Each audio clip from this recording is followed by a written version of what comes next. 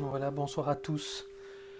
Nous revoilà partis pour une petite soirée de méditation et d'écologie intérieure. Donc, dans tout ce qui se passe autour de nous, c'est bien d'envisager l'écologie extérieure, mais l'un et l'autre doivent absolument, à mon avis, se répondre et être en résonance. Donc, c'est important si on réfléchit à l'écologie extérieure, d'aussi aller voir ce qui se passe à l'intérieur. Donc aujourd'hui, le thème c'était euh, bienveillance et générosité. Donc la générosité de la nature, la bienveillance de la nature. Euh, bon, on va commencer peut-être par faire mousser les neurones. Euh, Principe d'écologie intérieure, comme je disais, c'est dans beaucoup de philosophies, la nature est prise comme référence.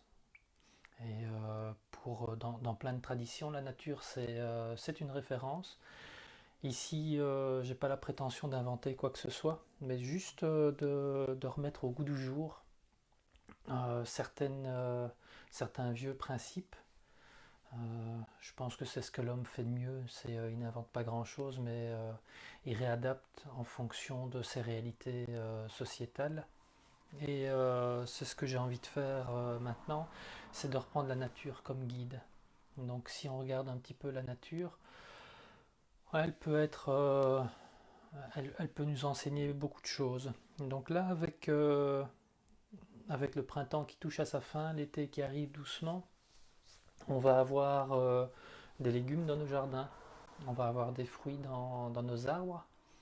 Et si on regarde, la nature, elle ne se demande pas à qui elle va distribuer les fruits. Donc les fruits, qu'on soit un roi ou qu'on soit un mendiant, le pommier, il va offrir sa pomme de la même manière à l'un et l'autre. Euh, Donc ça, ce principe de générosité, c'est le principe de la nature. Pourtant, l'homme, nous hommes, on arrive sans doute par notre mental, à classifier. Telle personne, elle est digne de, et telle personne, elle est indigne de. Et c'est aller voir un petit peu à l'intérieur par la méditation.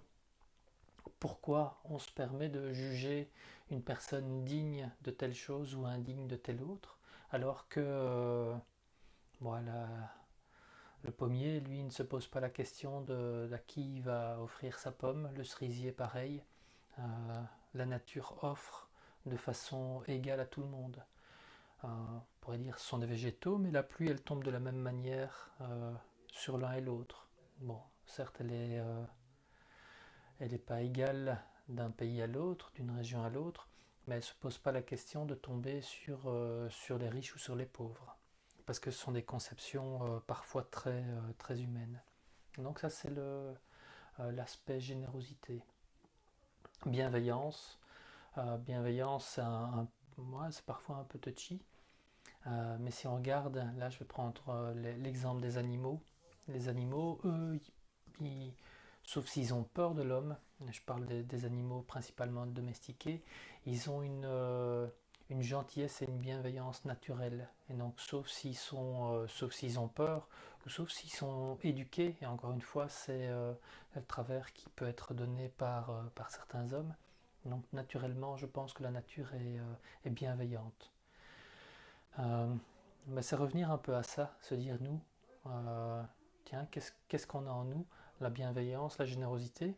Et encore une fois, je ne parle pas euh, de la nature sauvage. Je vais prendre ce terme-là parce que la nature sauvage n'est pas violente, elle est brutale parce que c'est le cycle de la vie et de la mort, c'est le cycle de se nourrir et de vivre. La vie et la mort, elles sont communes.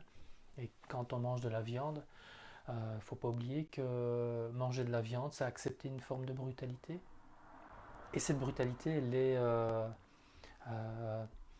elle est offerte, elle est demandée par quelqu'un d'autre. Donc je ne juge pas les personnes qui mangent de la viande ou pas, mais c'est prendre en considération que avoir de la viande, la brutalité de prendre la vie d'un animal, ben, elle est déléguée à quelqu'un d'autre. Et ça, cette brutalité, cette violence de la vie, on ne la voit pas.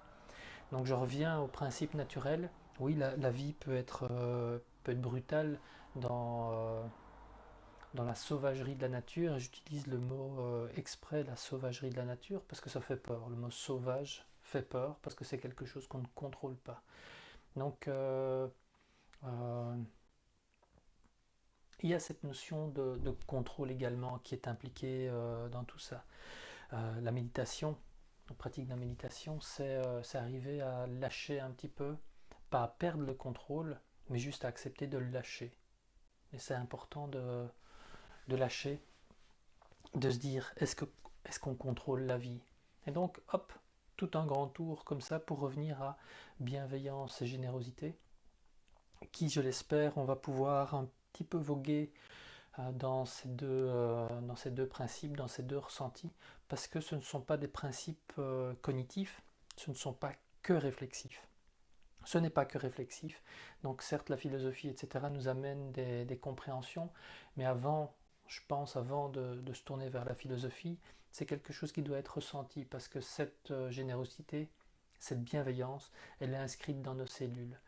Et là, en fonction de comment on a vécu les dernières semaines, c'est aussi aller se permettre de revenir à soi et de retrouver un état qui est plus naturel. Donc j'espère que vous avez pu mieux vous reposer, profiter un peu de la nature justement, un peu de la lumière, et puis revenir à votre rythme et revenir aussi à ce qui vit en vous et qui parfois gratouille. Hein.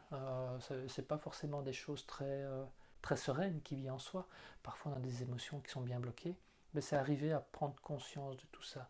Et dès euh,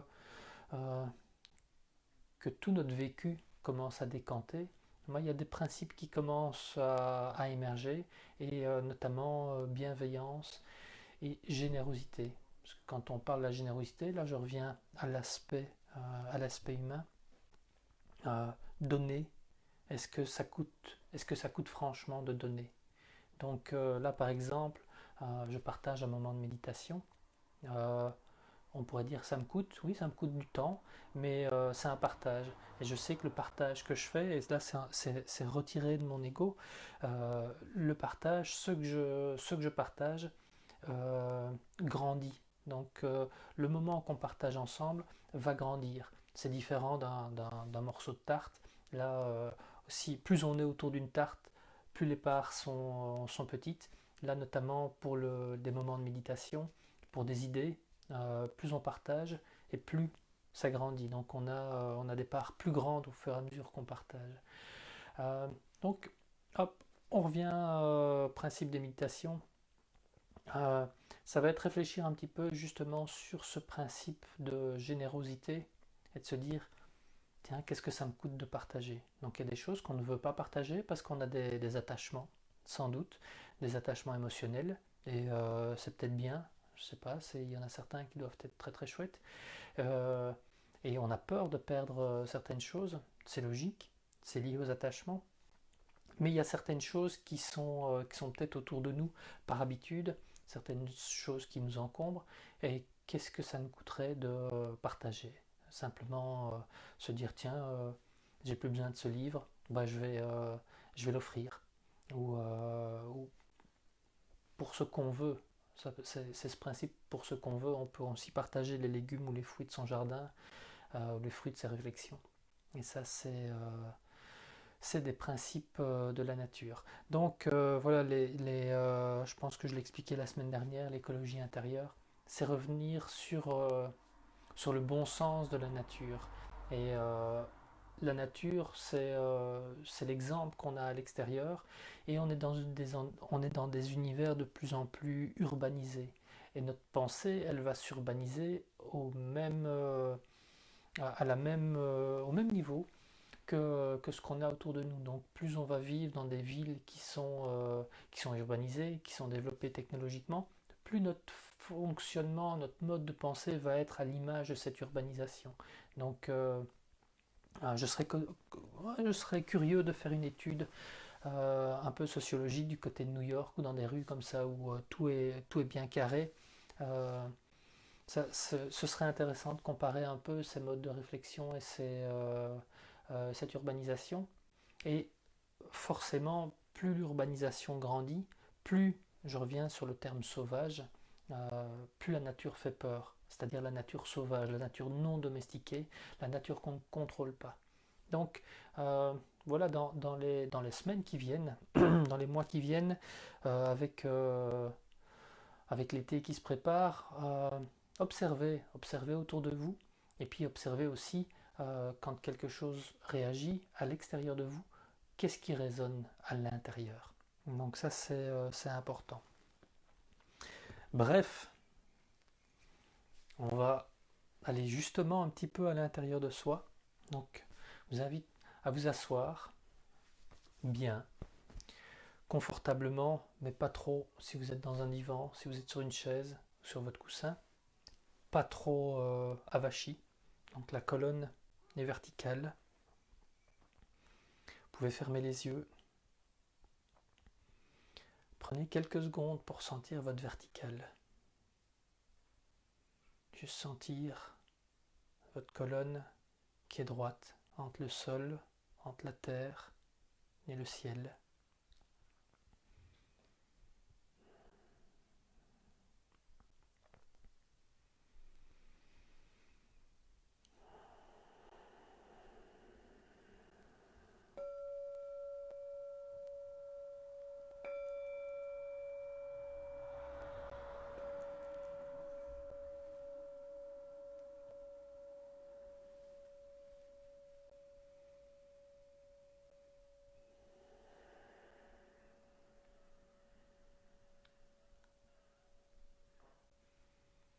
On vient de prendre quelques secondes pour sentir le vertical. Et on va prendre quelques instants d'abord pour revenir à son corps. Proposez de chercher la meilleure position de détente dans cette verticale. Donc lâchez bien les fesses, lâchez les lombaires sur le coussin. Laissez bien les poser, laissez faire la gravité. Et à l'opposé de votre bassin qui a envie de s'enfoncer, la tête, le sommet du crâne, lui, est attiré par le ciel, attiré par le plafond, comme si la tête était toute légère.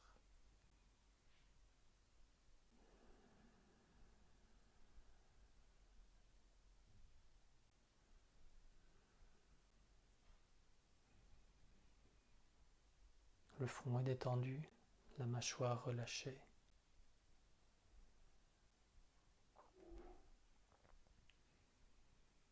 Lâchez les épaules également. Laissez tomber les épaules. Peut-être que vous allez pouvoir sentir qu'en laissant tomber les épaules, les omoplates ont envie de se ranger le long de la colonne et ça ouvre très subtilement la poitrine.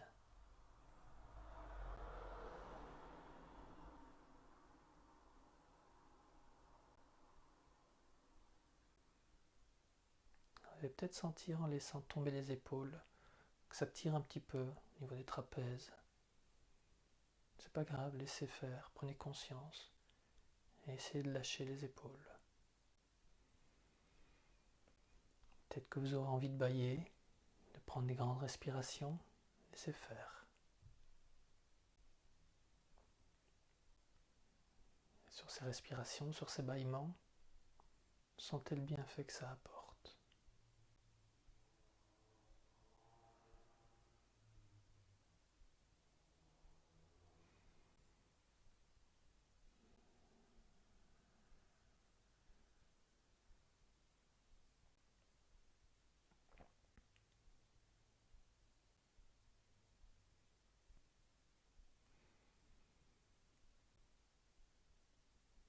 Peut-être vous pouvez sentir votre respiration également, sentir son rythme.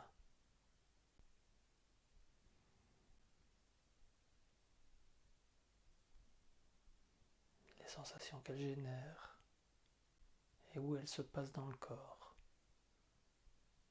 plutôt au niveau du ventre, au niveau de la poitrine. Juste prendre conscience.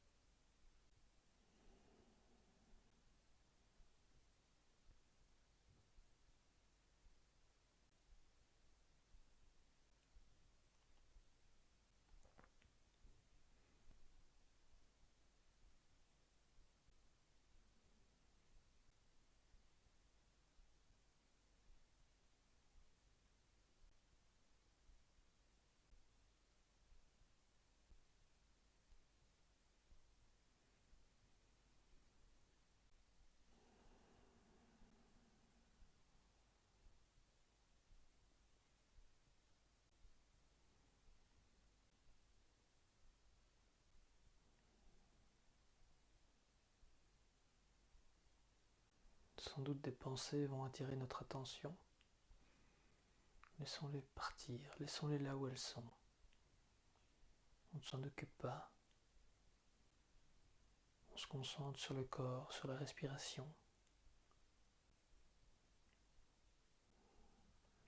Et sur notre présence ici et maintenant.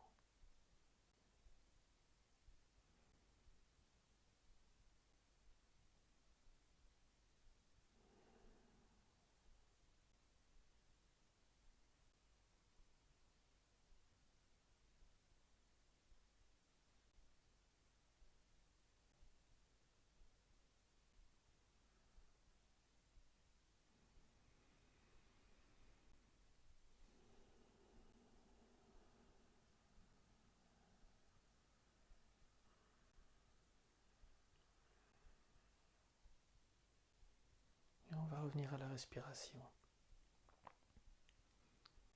On va forcer un tout petit peu la respiration pendant quelques inspirations. On va inspirer par le ventre. On va essayer d'inspirer en gonflant le ventre. On sort le ventre en inspirant. Et on expire calmement en rentrant le ventre. Ça va être forcé, ça va être mécanique.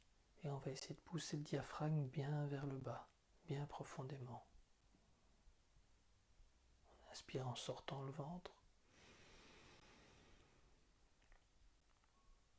Et on expire calmement en rentrant le ventre.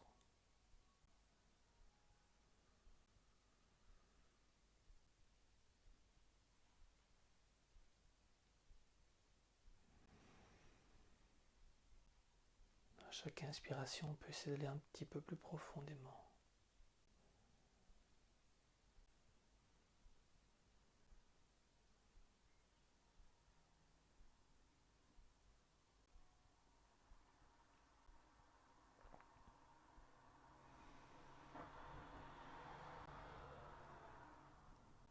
Et après l'expiration qui arrive, on revient à une respiration naturelle. On laisse faire.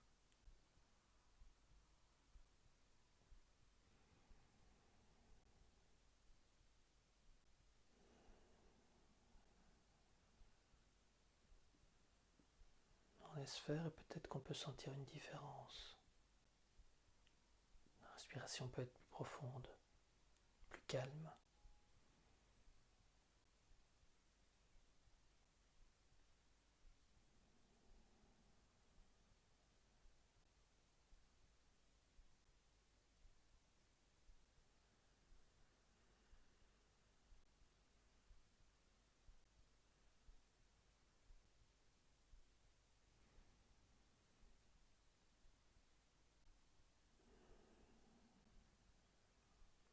On prendrait peut-être conscience que si la respiration est plus profonde et plus calme, le mental a aussi tendance à s'apaiser.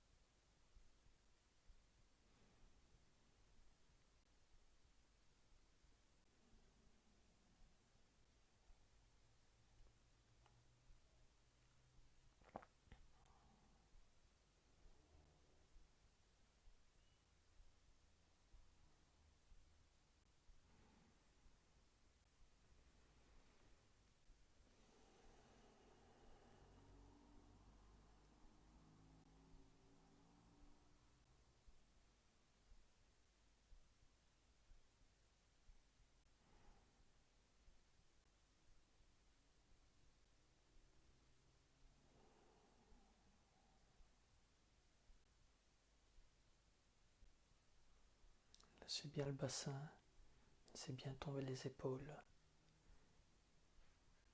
Vérifiez de temps en temps votre verticale.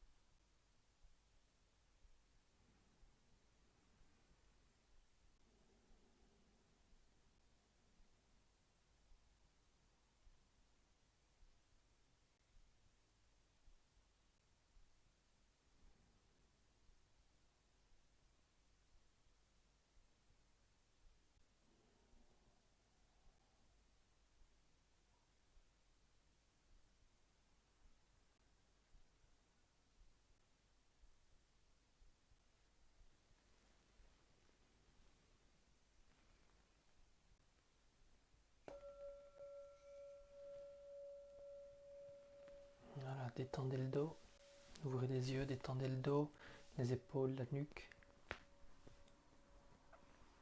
Peut-être que vous aurez envie de détendre les jambes. Si vous êtes assis au sol, frottez s'il y a des fourmis.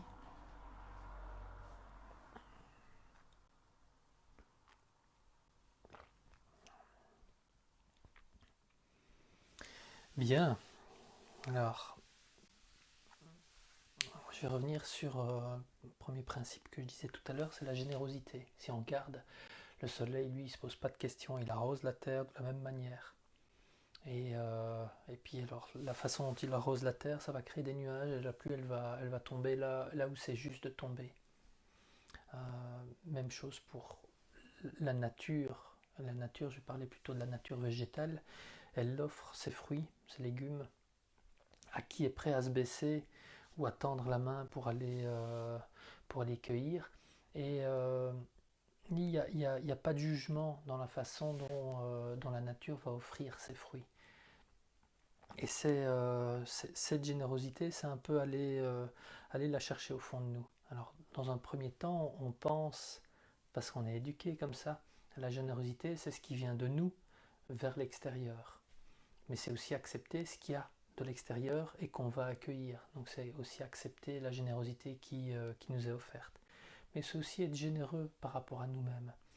Généreux, ça ne veut pas dire acheter ou manger énormément. C'est être généreux même dans les sentiments. C'est se donner la possibilité d'être généreux envers soi-même. Généreux, c'est une forme de grandeur, c'est respirer large, hein. C'est vraiment pas prendre la place dans le sens s'imposer, mais reprendre sa place, être généreux avec soi. Et voilà, dès qu'on se sent bien, forcément la générosité qui va venir de soi vers l'extérieur, ça va être naturel. Et c'est reconnaître pourquoi on a un blocage de générosité, parce qu'il n'y a pas de manque de générosité, parfois il y a des blocages, et quand on n'a pas envie d'être généreux, ben c'est ok aussi, mais c'est prendre conscience que tiens, là il y a un truc qui me chipote, et si ça me chipote, ben, il y a peut-être quelque chose à travailler à ce niveau-là. Donc pourquoi j'ai pas envie d'être généreux avec telle personne ou telle personne dans telle situation. euh, c'est aller travailler et savoir pourquoi. Et ça veut pas dire forcément dépenser à tout va. Ça veut pas dire dilapider. Il y a un équilibre à trouver. Quand je dis générosité envers soi, c'est trouver son équilibre, parce qu'effectivement dans notre société hyper urbanisée, des appels à dons, il y en a tout le temps. Et c'est de se dire, tiens, qu'est-ce qui me semble juste pour moi? Qu'est-ce qui me semble juste de donner, euh, où et pourquoi? Donc c'est pouvoir se sentir chaque fois en équilibre dans sa générosité. Et puis voilà, il y a un équilibre qui va se trouver entre générosité et culpabilité, parce que les deux vont de pair. Donc voilà, je vous invite à vraiment là à réfléchir pour le coup, à aller de temps en temps gratter et se dire tiens, pourquoi je ressens ces blocages. Alors, bienveillance, ben, la bienveillance, elle va commencer par soi également. En général, forcément, on pense à la bienveillance qu'on va avoir envers les autres, mais on va commencer par la bienveillance envers soi. Et c'est prendre conscience de soi. Méditation, c'est déjà ça, c'est déjà une bonne chose de prendre conscience de soi et de ses réactions, de ses modes de fonctionnement. Et c'est dans la prise de conscience, c'est être bienveillant aussi avec soi-même et de se dire oh là, j'ai un sacré travers. Dans certains cas, on peut repérer des modes de fonctionnement moins agréables. Comme j'ai l'habitude de dire, parfois la méditation c'est un sport de combat et l'adversaire c'est soi-même. C'est ça aussi qui est amusant. Et c'est quand on se rend compte de, de ces modes de fonctionnement et que ça nous dérange, ben c'est être bienveillant aussi avec soi. Ça ne veut pas dire accepter, ça ne veut pas dire être laxiste, ça veut juste dire que tiens, j'ai un mode de fonctionnement que j'aimerais bien travailler, ben je vais accepter de l'infléchir. Et voilà, la bienveillance, elle commence par soi. Et donc, plus on va pouvoir euh, aménager son jardin intérieur, c'était un peu le thème de la semaine dernière, quelles graines plantons-nous dans notre jardin. Donc, plus on va être conscient de son jardin intérieur, et plus on va être à même de, de le jardiner, plus on va se sentir juste avec soi, on va être bienveillant avec soi et forcément avec les autres, parce qu'on va être bienveillant et tolérant.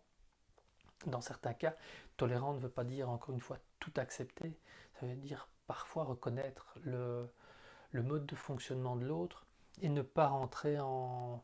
soit ne pas rentrer en interaction quand, quand ça ne nous va pas, ou soit ne pas rentrer dans le conflit parce qu'on se rend compte qu'on a tous les deux raison et tous les deux tort forcément. Euh, donc comme je disais, dès qu'on se sent juste, dès qu'on va retrouver cette bienveillance intérieure, forcément la bienveillance extérieure va surgir. Même chose avec la générosité. Plus on va se sentir juste et plus on va être...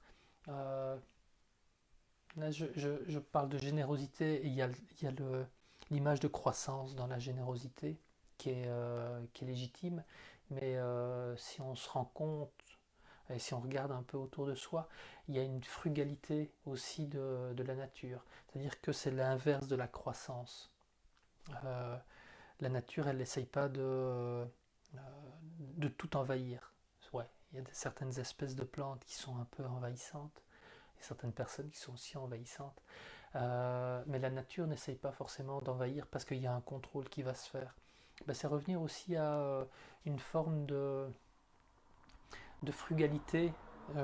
J'aime moins le terme décroissance parce que quand décroissance, ça peut faire peur. Ça veut dire ne plus aller dans le progrès. C'est pas ça du tout. C'est accepter le progrès et se dire, mais tiens, de quoi j'ai besoin. Et quand on regarde autour de soi, un arbre, un groseillier, il prend ce dont il a besoin. Donc il prend les nutriments et il va en redonner au sol. En permaculture, il y a ce principe d'échange, d'échange, d'échange chimique au niveau des nutriments du sol, où une plante va prendre quelque chose, mais elle va rendre autre chose. Et il y a un équilibre qui va se faire. Bah, avec l'homme, ça peut être pareil. Avec l'homme, c'est-à-dire avec nous-mêmes, ça peut être pareil. C'est se poser la question de quoi j'ai besoin. Et il y a une différence entre les besoins et les envies. De quoi j'ai besoin. Et forcément, plus on va aller à l'intérieur, plus on va jardiner, plus on va se rendre compte que nos besoins ne sont pas à la hauteur des envies qu'on a eues. Et qu'on a parfois accumulé toute une série de choses qui venaient des envies. Et quand on a une envie, on en veut une autre, etc.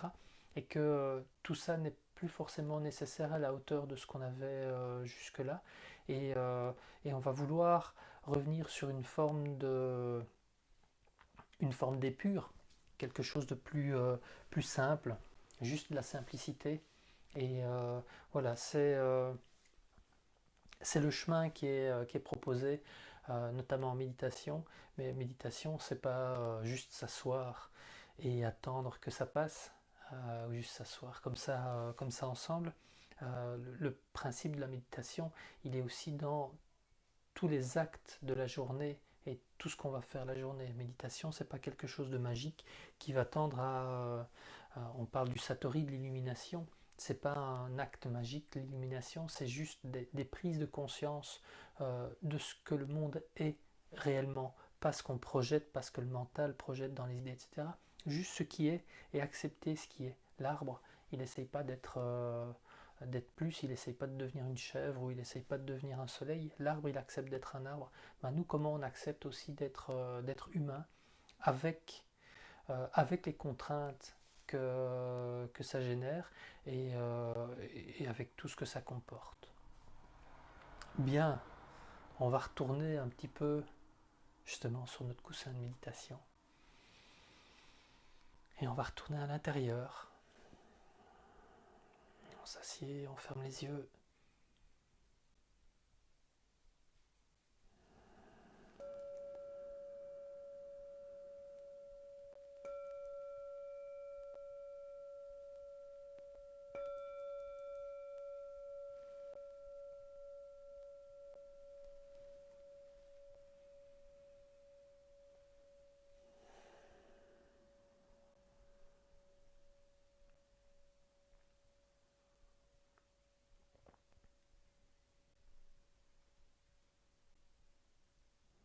peut-être qu'il y a toute une série d'idées, de pensées qui sont en train de tourner. Et ça tourne comme des oiseaux dans le ciel. Ça tourne comme des hirondelles en été. Et je vous invite à revenir à votre respiration. On lâche le bassin, on le laisse bien se déposer.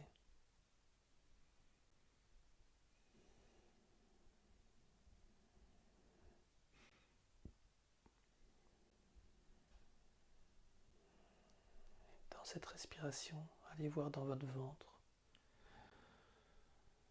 Peut-être sentir que les pensées tournent dans la tête et qu'il y a un endroit dans le ventre, là-bas dans le bassin, là où ça respire tout seul, qui est calme, qui est serein.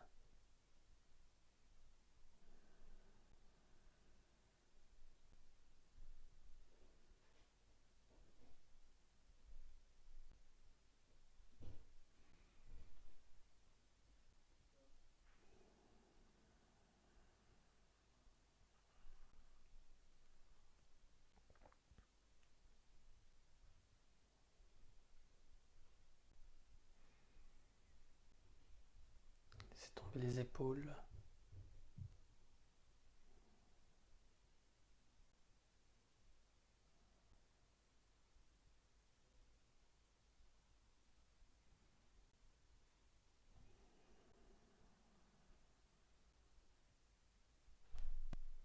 Et juste être maintenant ensemble à respirer.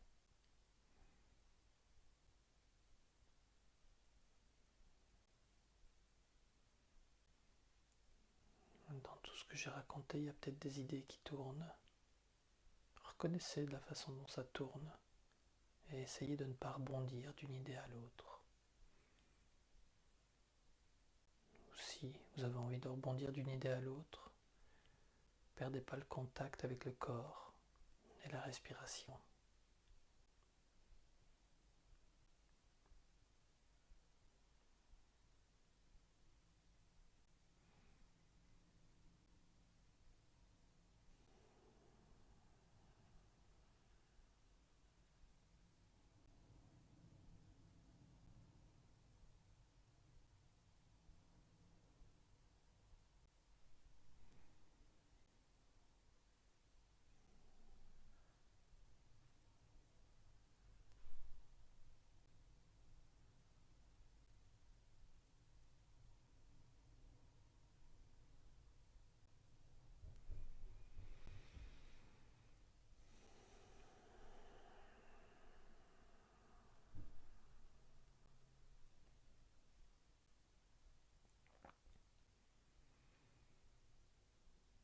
Alors, si vous sentez des tensions dans votre corps, ou si vous pensez qu'il y a trop d'idées, qu'il y a trop de pensées, soyez bienveillant avec vous. Les tensions du corps, elles sont là. Donc, prenez conscience et offrez-vous la possibilité de travailler plus tard. Donc, il y a les ateliers de Nicolas Polocek sur le groupe, d'Elisa Carpio. Donc, peut-être que vous aurez envie d'aller faire par la suite un travail, quelques exercices pour détendre certaines zones tendues. Là, vous reconnaissez simplement. Soyez bienveillant avec vous-même et acceptez.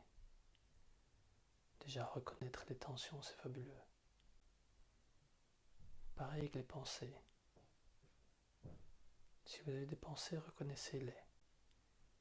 Mais vous ne perdez pas autant que possible le fil, la présence à votre corps et votre respiration. Et à votre inscription maintenant, ici, là où on se trouve.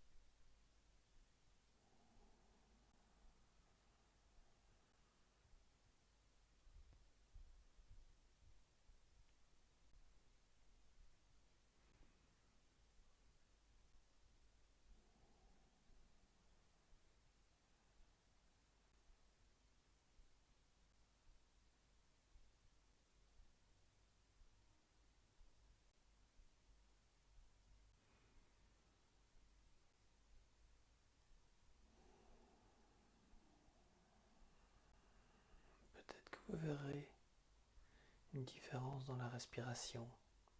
Peut-être qu'elle est plus calme, plus profonde.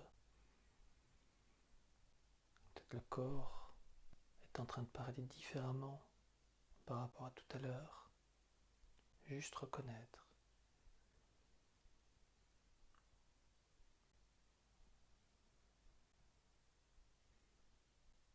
Maintenant n'est pas demain et n'est plus hier.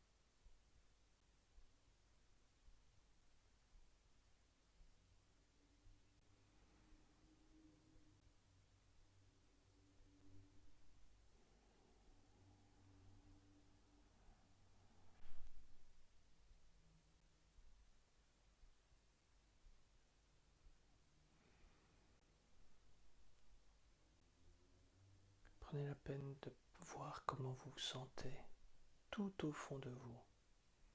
On a fait attention au corps, à la respiration, aux pensées, et allez voir au fond de votre ventre, au fond de votre cœur, comment vous vous sentez.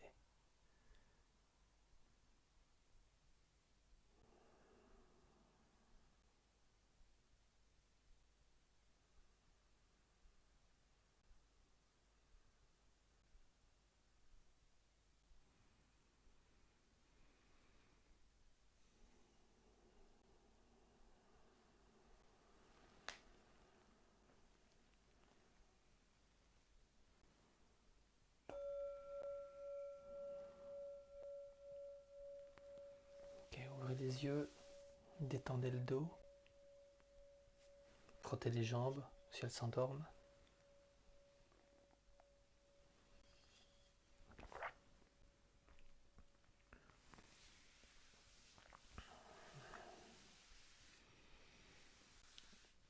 Tout à l'heure, lors d'un rendez-vous shiatsu, il y a un monsieur, on parlait du centrage.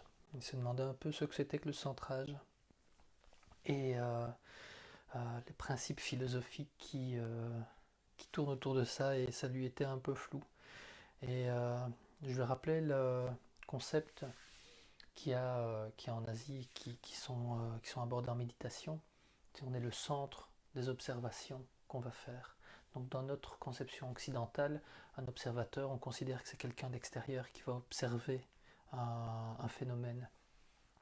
Et on oublie parfois que l'observateur qu'on est, on est au centre de l'observation. Et c'est pas juste nos yeux ou notre mental qui va observer, c'est tout notre corps. Donc là, dans ces principes de méditation, c'est aussi prendre conscience que vous êtes le centre de l'observation. Et c'est revenir à tous vos sens et à tous vos ressentis. Certes, il y a le travail, euh, ouais, il y a un travail mental d'attention, de concentration, de la méditation, de prendre conscience, de reprendre conscience du corps, de reprendre conscience et prendre peut-être parfois le contrôle de sa respiration, de prendre conscience de ses pensées qui tournent. Petit à petit, les choses peuvent s'apaiser, mais c'est aussi revenir à soi.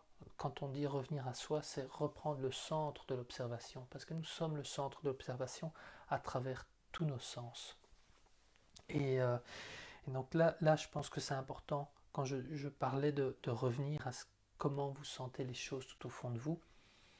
Euh, vous êtes le centre des observations, et puis quand on est en interaction avec d'autres humains, d'autres formes de vie peut-être, c'est prendre conscience que les interactions qu'on va avoir, c'est un autre centre d'observation qui va exprimer lui son point de vue. Et donc un point de vue différent n'est pas forcément divergent. Et donc c'est parce que c'est un autre centre d'observation. Et c'est aussi un principe très naturel. Simplement, c'est que il y a des points de vue, des points d'observation, point de vue au sens premier du terme, qui donnent un éclairage nouveau sur une situation. Et c'est important. Et c'est ça aussi qui est très très riche. Quand on regarde la nature elle a besoin de diversité. Et nous humains, on a besoin de diversité. Donc le principe d'écologie intérieure, euh, voilà, c'est accepter aussi toute cette diversité. Bien, donc euh, voilà, si vous étiez là ce soir pour avoir euh, les grandes révélations sur la bienveillance ou la générosité, euh, j'espère que vous êtes frustrés.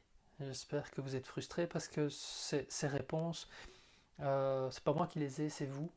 C'est vous, elles sont en vous, parce qu'on a chacun sa couleur de bienveillance, ses principes de bienveillance et de générosité, et il est par rapport à son centre, par rapport à soi. Et c'est important d'aller le découvrir, parce que la générosité ou la bienveillance euh, que vous pouvez manifester, elle n'est pas par rapport à des, des dictates, des dogmes qu'on peut imposer. Ça peut venir de vous en disant voilà, ça c'est ma générosité ou c'est ma bienveillance et ça fait partie de vous. Et ça c'est important d'aller voir à l'intérieur parce que c'est de l'intérieur que les choses vont se manifester. Donc j'espère vous frustrer un petit peu, mais c'est une bonne frustration, j'espère, c'est une frustration positive qui va vous inviter euh, à être attentif de temps en temps. Ça ne veut pas dire se mettre la pression comme des sauvages. Justement, la sauvagerie de tout à l'heure. Pas du tout, pas se mettre la pression, mais accepter de temps en temps de revenir à soi et de se dire tiens, j'ai envie de revisiter le moment, j'ai une réaction, et ma réaction, est-ce qu'elle est juste dans telle situation, telle situation. Et donc, voilà, ces principes de méditation, ils prennent du temps à imprégner le corps, de la même manière que la pluie prend du temps à filtrer et à percoler jusqu'à la nappe phréatique. Ces principes-là prennent du temps à nourrir le corps et à aller imprégner toutes nos cellules pour comprendre de quelle manière les choses ont envie de s'exprimer de l'intérieur vers l'extérieur et de quelle manière l'extérieur vient imprimer et marquer notre intérieur. Donc là, je vous laisserai euh, avec, avec j'espère, toute une série de questionnements et d'envie de recherche à l'intérieur. Si vous avez envie, je suis joignable. De toute façon, vous pouvez m'envoyer un message et puis ce sera avec plaisir euh, qu'on échangera. Mais voilà, on n'arrive pas encore au bout de l'atelier, donc hop, je jette un coup d'œil à l'heure et on a encore un peu de temps pour finir par une méditation toute douce, j'espère. On revient à sa posture.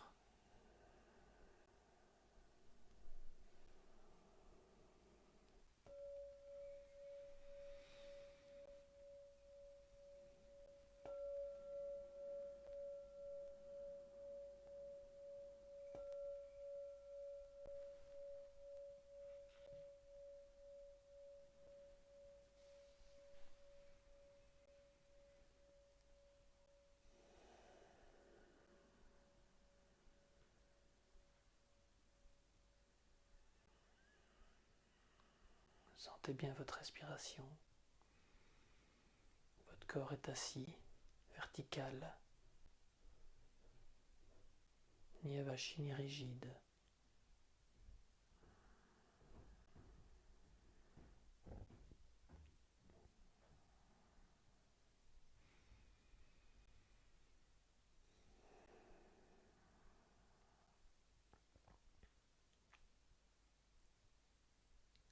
Alors de la même manière qu'un arbre, lui est bienveillant avec sa nature, un bouleau n'essaye pas de devenir un roseau ne veut pas devenir le chêne. On va être bienveillant envers sa nature, reconnaître sa nature, accepter parfois ses travers et avoir envie de croître, de grandir. J'utilise le mot croître exprès par rapport au principe de croissance qui est tout autour de nous. Mais ici c'est dans le sens de grandir, grandir de l'intérieur, grandir vers plus de clarté, plus de luminosité, la luminosité qui peut se voir dans les yeux et plus de clarté dans qui on est et les valeurs qu'on a envie de porter vers l'extérieur. Aller voir à l'intérieur ces valeurs et pouvoir les afficher à l'extérieur. C'est dans ce sens aussi qu'on va être bienveillant, reconnaître ses limites et aller voir de quelle manière on peut les assouplir parfois ou ne pas forcément atteindre les limites, atteindre la barre qu'on s'est fixée. Parfois c'est un peu haut et on va être souple de l'intérieur.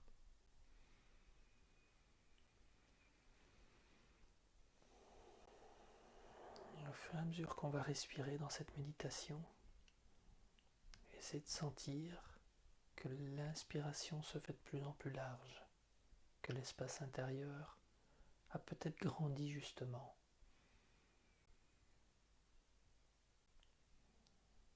J'espère avoir amené un tout petit peu de clarté, un peu de légèreté, et que dans cette clarté, cette légèreté, votre respiration va prendre plus de place. Vous aurez peut-être l'impression de respirer plus largement.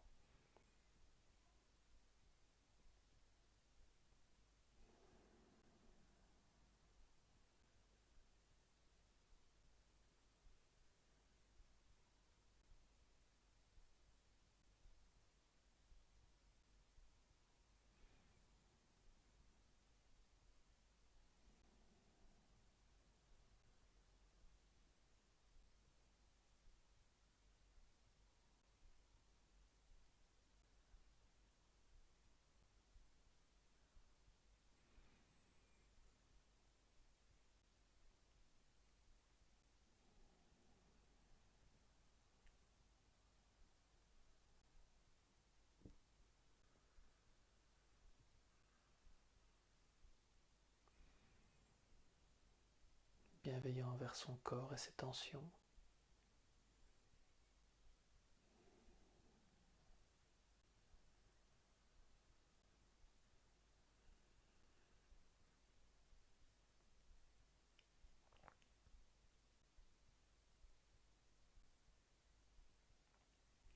Bienveillant envers soi, dans la vitesse à laquelle on progresse. C'est notre nature. La nature prend parfois du temps.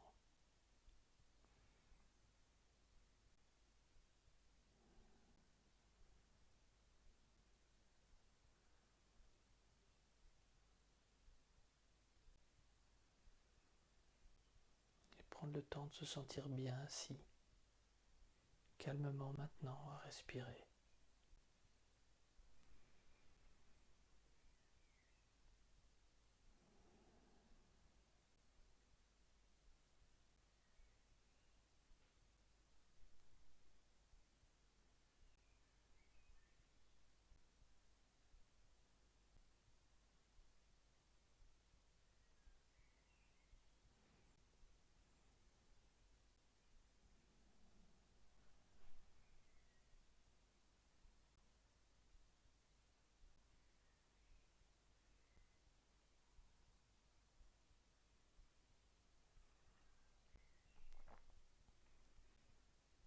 Prenez quelques temps maintenant pour voir la différence de ressenti.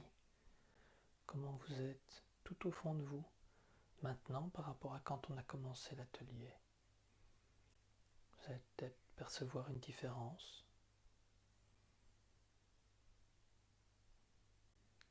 J'espère que vous avez pu aller un petit peu au fond de votre ventre, voir comment vous sentiez, peut-être qui vous étiez, une recherche encore plus profonde.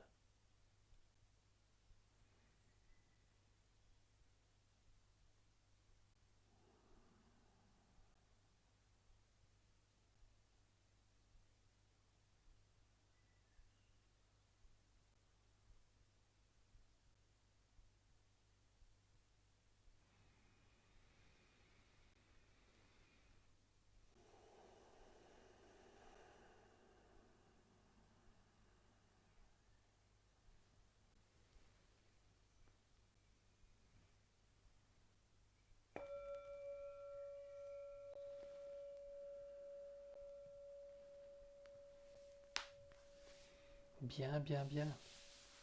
Hop, ouvrez les yeux, détendez le dos. Là, prenez conscience que le soleil se couche doucement. Les oiseaux sont en train de dire bonsoir petit à petit. J'habite à la campagne et j'entends ça. Les oiseaux sont en train de se dire bonsoir. Et il va être temps de faire pareil que les oiseaux, se dire bonsoir. La semaine prochaine, on aura encore un sujet sur l'écologie intérieure, c'est les interrelations. Donc nous sommes tous reliés et comment tout un écosystème, comment tout l'écosystème est relié. Donc l'écosystème intérieur en lien avec l'écosystème extérieur. Donc je vous souhaite une belle soirée. Pour ceux qui veulent, on se revoit bientôt. N'hésitez pas, si vous avez envie de me contacter, sans problème, je suis disponible pour les conversations. Si vous voulez revoir des vidéos, il y a sur le groupe, il y a aussi sur ma chaîne YouTube, il y a d'autres méditations guidées. Donc voilà, ce sera avec plaisir que je partagerai d'autres moments avec vous. Très belle soirée, douce nuit, au revoir.